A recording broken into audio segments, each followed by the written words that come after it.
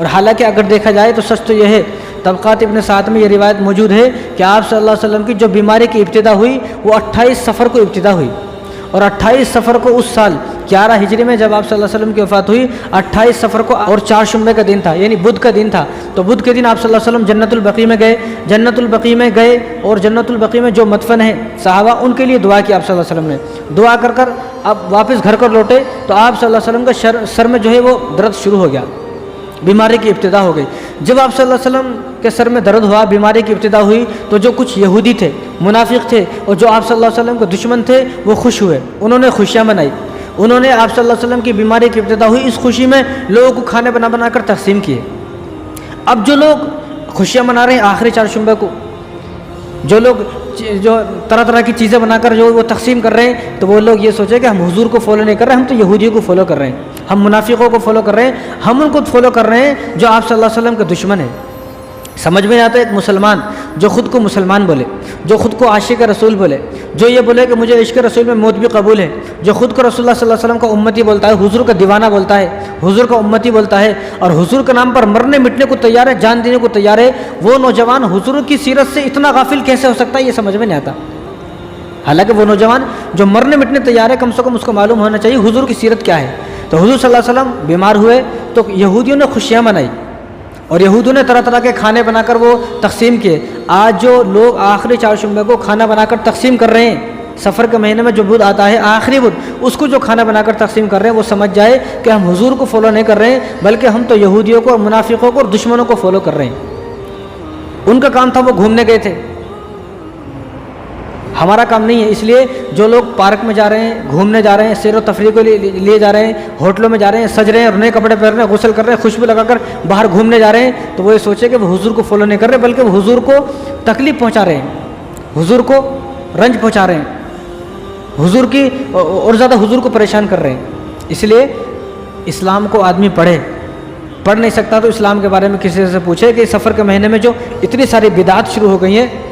آخر یہ بدعت کیسے ختم ہو؟ یہ جو بدعت شروع ہو گئی بدعت ہے یا نہیں ہے؟ یہ جو اتنی ساری خرافات شروع ہو گئی ہے یہ حقیقت میں ہے بھی یا نہیں ہے؟ بس میں ایسے ہی کر رہا ہوں، بس ہمارے بڑے کرے تھے میں بھی کر رہا ہوں، ہمارے باپ دادا کرتے تھے میں بھی کر رہا ہوں، ہمارے ابا بھی گھومنے جاتے تھے آخری چہارشنبے کو تو میں بھی گھومنے جاتا ہوں، تو پھر تو حضور صلی اللہ علیہ وسلم کے دین پر عمل نہیں کر رہا، اپنے باپ دادا کے دین پر عمل کر رہا ہے۔ اس لیے میں کہتا ہوں کہ آپ کے رشتہ داروں میں بہت سارے ایسے لوگ جو ہیں جو آخری چہارشنبے کو گھومنے جا رہے ہیں، پارک میں جا رہے ہیں، بریانی بنا رہے ہیں اور مزے لے رہے ہیں، مندی کھا رہے ہیں اور گھومنے جا رہے ہیں، ان لوگوں سے سوال یہ ہے کہ آپ کے والد صاحب بھی بیمار ہوئے، آپ کی والدہ بھی بیمار ہوئی، اور آپ کے رشتہ داروں میں بہت سارے لوگ ایسے بیمار ہوئے جن سے آپ کو محبت ہے، کیا ان کی بیماری کا کبھی دن منائے؟ یعنی حضور کی بیماری کا دن منانے کا شوق ہے، کبھی ان کا بھی دن منا کر دیکھیں تو پتہ چلے گا۔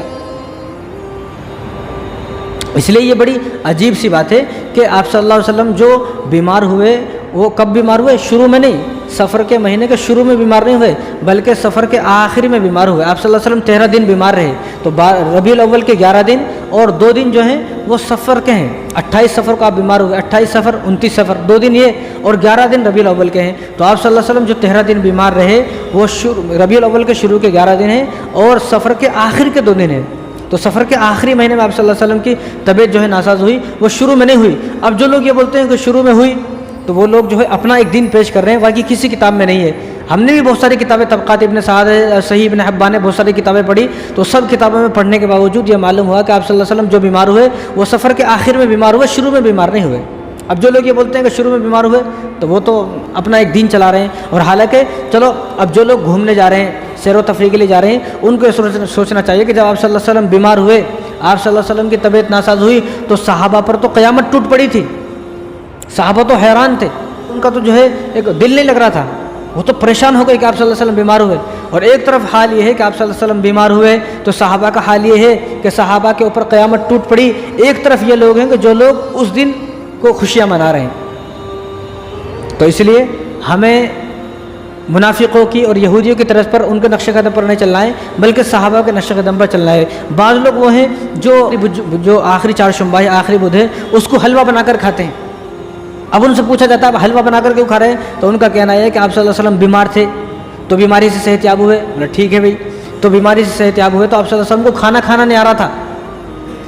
آپ کو کھانا نہیں آ رہا تھا تو آپ صلی اللہ علیہ وسلم حلوہ بنا کر کھائے، اس لیے ہم بھی حلوہ بنا کر کھا رہے ہیں۔ تو ایسے لوگوں سے پوچھا جائے گا آپ کو کون بتائے، بتاؤ آپ کو کون بتائے؟ آپ کو جنات آ کر بتائے یا آپ کے اوپر کوئی وحی نازل ہو گئی، جبرائیل صلی اللہ علیہ وسلم آپ کو آ کر بتائے، کون بتائے آخر؟ بتائے کون؟ کس نے کہا؟ کون سی کتاب میں دیکھا ہے؟ دنیا کی کسی کتاب میں یہ لکھا ہوا نہیں ہے کہ آپ صلی اللہ علیہ وسلم جو ہے بیماری سے شفا یاب ہونے کے بعد آپ صلی اللہ علیہ وسلم نے جو حلوہ کھایا ہے، یہ اپنی طرف سے لوگوں نے بنا دیا۔ بعض لوگ ایسے ہیں جو آخری 4 شنبے کو روزہ رکھتے ہیں، تو سفر کے مہینے میں نارمل اگر کوئی روزہ رکھنا چاہے تو وہ ایام 20 کا روزہ رکھے، 13 تاریخ، 14 تاریخ، 15 تاریخ، اردو کی تو ہے 13، 14، 15، 3 دن روزہ رکھے آدمی اگر روزہ رکھنا ہے۔ لیکن یہ سوچنا کہ بھئی سفر کے مہینے میں حضور بھی روزہ رکھتے تھے اس لیے میں بھی روزہ رکھوں گا، یہ تو اپنی بنائی بات نہیں، یہ بدعت ہے ساری۔ اور اس طرح بعض لوگوں کا خیال یہ ہے کہ جب سفر کا مہینہ ختم ہوتا ہے تو آخری 4 شنبے کو سفر کے مہینے میں وہ جو گھر میں مٹی کے برتن ہوں ان مٹی کے برتن کو توڑ دیتے، بھئی یہ مٹی کے برتن میں نحوست ہے، اگر ہم ان میں کھانا کھائیں گے تو ہمارے اندر بھی یہ نحوست داخل ہو جاتی، تو یہ بھی اپنا بنایا ہوا دین ہے۔ اور بعض لوگوں نے آخری 4 شنبے کو عجیب طرح کی نماز بنا دی ہے، 4 رکعت اس طرح پڑھنا ہے، عجیب طریقے سے پڑھنا ہے یہ 4 رکعت، اس لیے جو آپ اللہ تبارک و تعالیٰ نے ہمیں 5 نمازیں دی ہیں، یہ 5 نمازیں بہت ہیں، اس سے زیادہ ہماری نمازوں کی ضرورت نہیں ہے۔ اگر پوری زندگی میں یہ 5 نمازیں پڑھ لیا تو ہی نجات ہو جائے گی، اور الگ سے یہ 5 نمازیں پڑھنا نہیں آ رہا، پھر الگ سے ایک اور نماز نکال دی تو وہ کون پڑھے گا؟ اس لیے یہ عورتوں کا دین ہے۔ عورتوں کا کہنا یہ ہے کہ سفر کے آخری 4 شنبے کو 4 رکعت پڑھنا ہے، اس طرح پڑھنا، اس طرح پڑھنا ہے، تو اس لیے سفر کے مہینے میں کوئی ایسی خاص نماز نہیں ہے۔ اگر کوئی آدمی پڑھتا ہے تو اس کا اپنا دین ہے، حضور نے تو ہمیں نہیں بتایا۔ اور بعض لوگوں نے ایک حدیث جو ہے وہ شروع کی ہوئی ہے، جھوٹی حدیث، من گھڑت حدیث شروع کی ہوئی ہے کہ سفر کا مہینہ وہ حضور صلی اللہ علیہ وسلم کو بہت ناپسند تھا اور حضور سفر کے مہینے کو منحوس سمجھتے تھے، تو اس لیے حضور نے فرمایا کہ جو آدمی سفر کے مہینے کی مجھے خوشخبری دے گا اس پر جنت واجب ہو گئی۔ بھائی بہت اچھا ہے۔ رمضان کے بارے میں یہ نہیں فرمایا آپ صلی اللہ علیہ وسلم نے، اور جو محرم کا مہینہ ہے، ذی الحجہ کا مہینہ جس میں حج ہوتا ہے، اس کے بارے میں حضور نے یہ نہیں فرمایا۔ اب یہ عجیب کون سی حدیث آ گئی جس میں یہ کہا کہ حضور صلی اللہ علیہ وسلم یہ فرما رہے ہیں کہ مجھے سفر کا مہینہ جو ہے ناپسند ہے، ناپسندیدہ ہے، بہت زیادہ میں ناپسند کرتا ہوں، یہ منحوس مہینہ ہے، سفر کا مہینہ منحوس مہینہ ہے، اس مہینے کی ختم کی جو مجھے خوشخبری دے گا اس پر جنت واجب۔ تو اس لیے تو میں تو یہ کہتا ہوں کہ بھئی آپ کیا کریں، آپ سب جو ہے وہ ہر آدمی یہ کرے کہ بھئی ہر آدمی سفر کے مہینے کی خوشخبری سنا دے سب کو، جنتی، نہ نماز پڑھنے کی ضرورت، نہ قرآن پڑھنے کی ضرورت، کچھ کرنے کی ضرورت نہیں ہے، ہر آدمی کو یہ بتا دے بھئی آج سفر کا مہینہ ختم ہونے والا ہے، اب سفر کے مہینے کو ختم ہونے کے اتنے دن باقی ہیں، تو ہر آدمی جنتی ہو جائے گا۔ پھر تو ایک جو ہے جو کبھی نماز پڑھتا نہیں ہے، جو کبھی مسجد کو نہیں آیا، زندگی بھر جس کی شراب میں چلی گئی، پھر تو وہ بھی یہ کہے گا میں بھی جنتی ہوں، کہیں کو میں نے بھی سفر کی خوشخبری دی ہے۔ تو اس لیے جو لوگ یہ بول رہے ہیں کہ سفر کے مہینے کے بارے میں آپ صلی اللہ علیہ وسلم کو ناپسند تھا، تو وہ لوگ یہ سوچیں کہ آپ صلی اللہ علیہ وسلم پر الزام لگا رہے ہیں، آپ صلی اللہ علیہ وسلم بہتان لگا رہے ہیں، کیونکہ آپ صلی اللہ علیہ وسلم نے کہیں کہا نہیں کہ آپ صلی اللہ علیہ وسلم نے یہ کہ جو آدمی سفر کے مہینے کی خوشخبری دے گا وہ جو ہے جنتی ہے۔